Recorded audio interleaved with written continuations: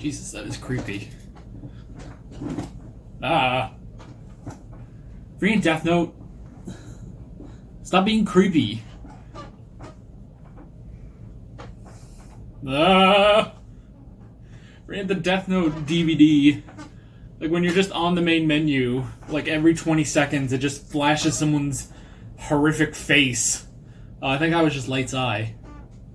Ugh. It's terrifying. Alright, give me to the episodes menu. I don't think there's anything creepy there. Hey guys, it's Alex from 7th Hour Films, back again with Death Note. Last time on Death Note, we had dealings. What all happened last time around? The investigation into Kira is still alive and striving. We got some back and forth between Kira, Light, and Elle, as Elle was starting to figure things out about Kira, but Light knew about it because his father was actually the chief of police. So he was able to hack into stuff, and then he started to mess with Elle, and now Elle is going to have to investigate people in the police department, and it's a huge back and forth. And at the end of the episode, someone was actually following Light on his way home, and Ryuk told him about the Shinigami's eyes, and how if a Shinigami looks at someone, they can see their full name as well as how many years they have left to live. So then Ryuk was like, hey, I'll give you my power. You'll be able to see everyone's name. But you have to give up half of your remaining life to me. So it's a bit of a gamble. We don't know. Light did not accept or deny. He did not accept or refuse the offer yet. That was sort of the cliffhanger moment. So yeah, we're gonna have to see where that goes. This is where I say no spoilants. Excuse me. No spoilers in the comments whatsoever. Let's stick to this episode and previous episodes of Death Note that I've reacted to. And that is pretty much that. If you want to watch my reaction to this episode of Death Note, however, because of copyright reasons, it's not in this YouTube video. If you want to watch it, you go down in the description, or there should be a pinned comment. You go, there's a nice link there. You go, you watch it, you have fun. It's a nice, enjoyable time. You come back, and you can watch my discussion on this episode of Death Note. So, yeah, let's get started.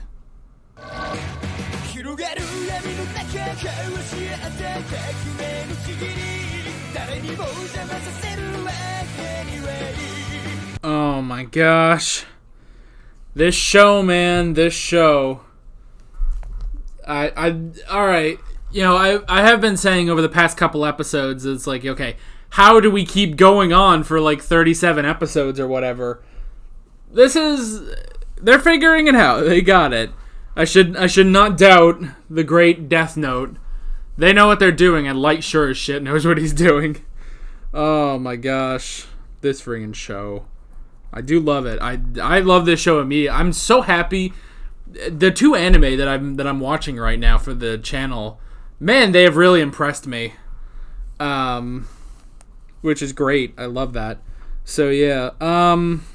Alright, let's go over the notes. First of all, no deal. He didn't exactly give the same reasoning that I kind of thought he would go for not taking up Ryuk on his offer for the eyes. He basically said, like, well, if it takes away half of my life, what's the point?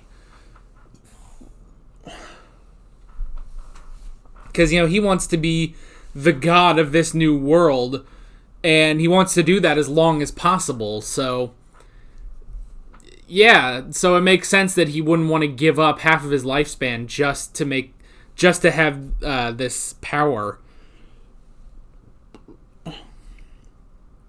And he has his ways. Now, see, last time I speculated that that the reason he wouldn't go for it was because it would be too easy. Which, technically, that still is kind of the case. It would be too easy. He wouldn't have to go through all this stuff to figure out people's names when he doesn't know them. Like he had to go through this whole thing for Ray Penber, but I swear it looked like his ID kind of it was like cursive. It looked like Penler. I don't know.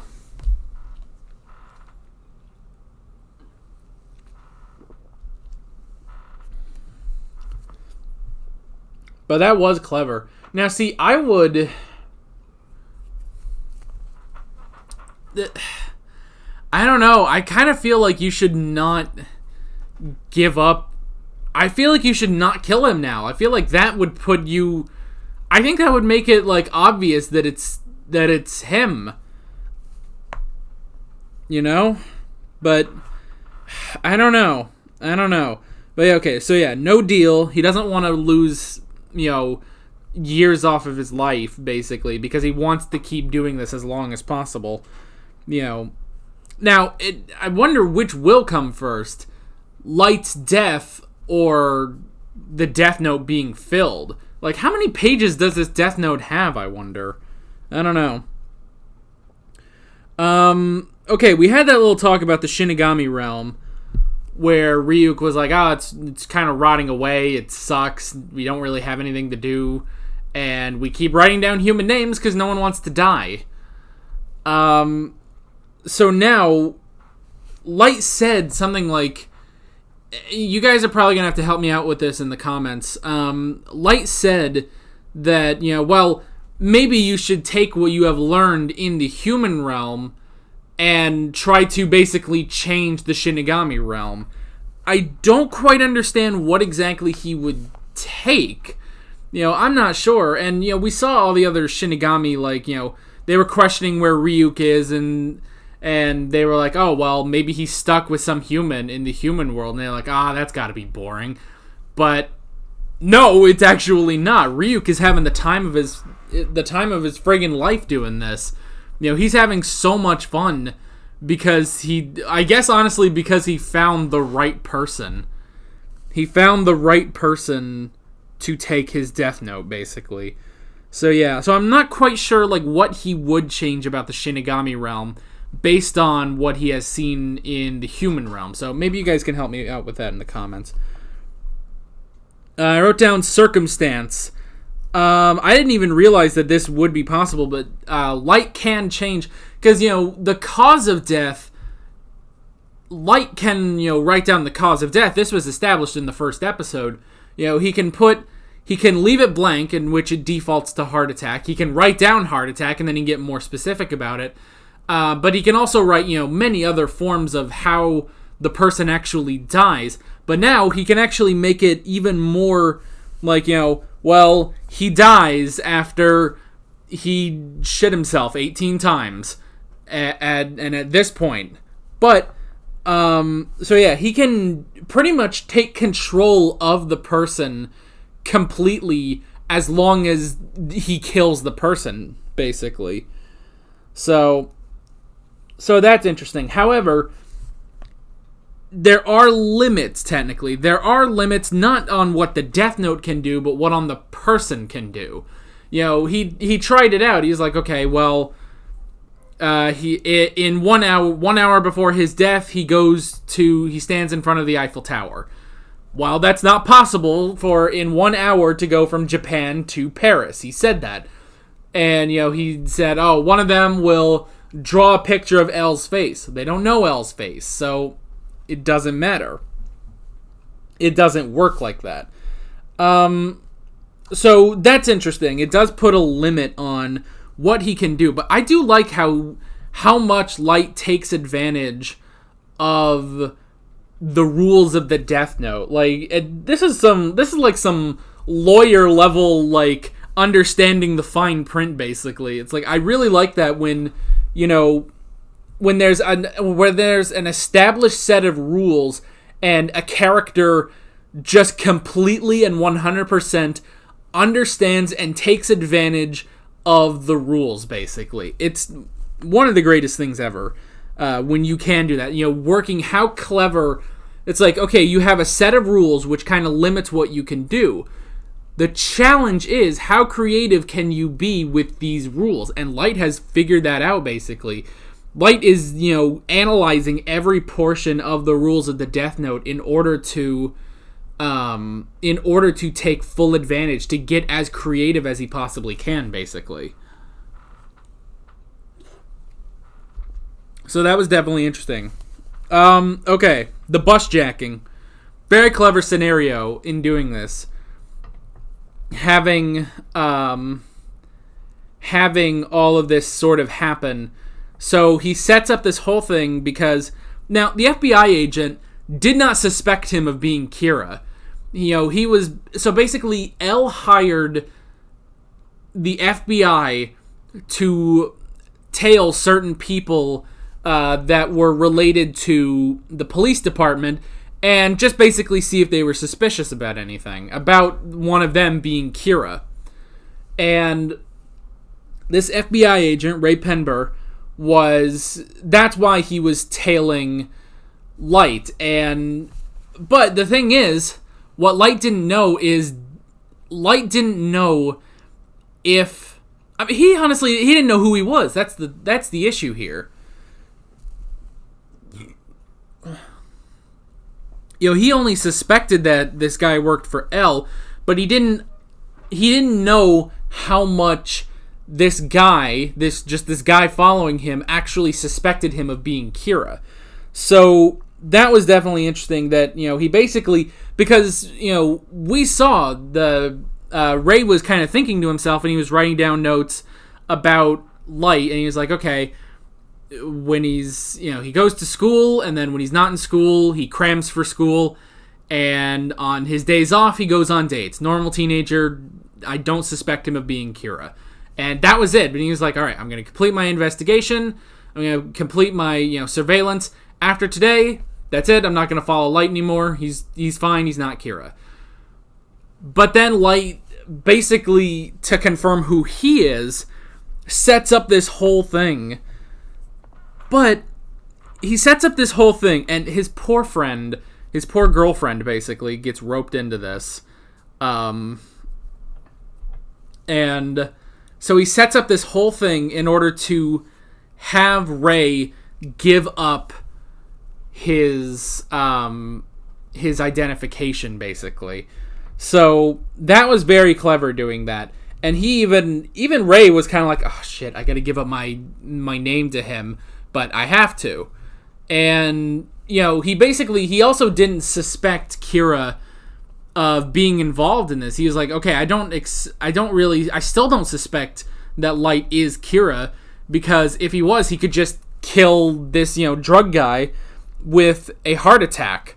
But that's the thing is that, honestly, he doesn't really do anything other than heart attacks. So, this whole thing of, going crazy, hijacking a bus, seeing a phantom, and then getting off the bus and getting hit by a car, that's not really Kira's MO. So that still throws Ray off the track. Basically, everything has thrown Ray off the track, off of any suspicion that Light is Kira. However, Light is still going to kill him, which is interesting. Which, honestly, I feel like that's going to put the suspicion back on him. I feel I'm a little worried about that may actually be a mistake. But the thing about even just saying, I kind of hate saying that, because it's like me saying, oh, is that a mistake on Light's part? But Light really doesn't make mistakes. Other than technically in episode 2 when he was outsmarted by L a little bit, basically. With the whole Lind L. Taylor thing. So,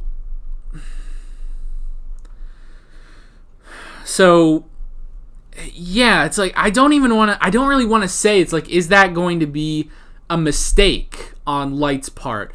But it may be. I don't know. I just feel like killing him now puts more suspicion on him being Kira.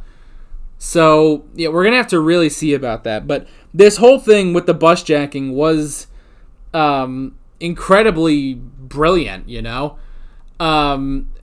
using the Death Note to fully, control this guy into, what's going to happen, down to,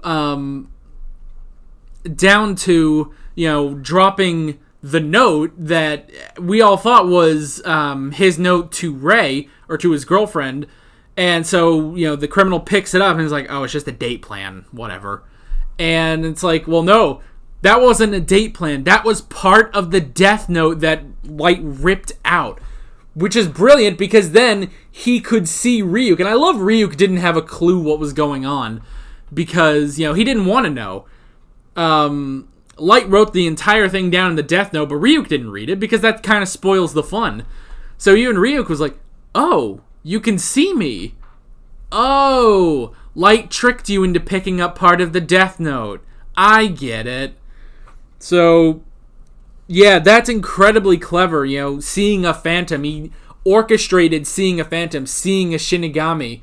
And then, as per what Light had written in the Death Note, he ran out of that bus and was promptly killed at 11:45 a.m. by a car. That is fucking nuts. And yeah, Ray Penber better watch out. He's next up on Kira's list, but is that going to be a mistake, actually killing him? And will Light actually go through with it? That's basically the question going into next episode. I like that we have questions going into the next episode. Like, last time it was, will Light take the deal? This time is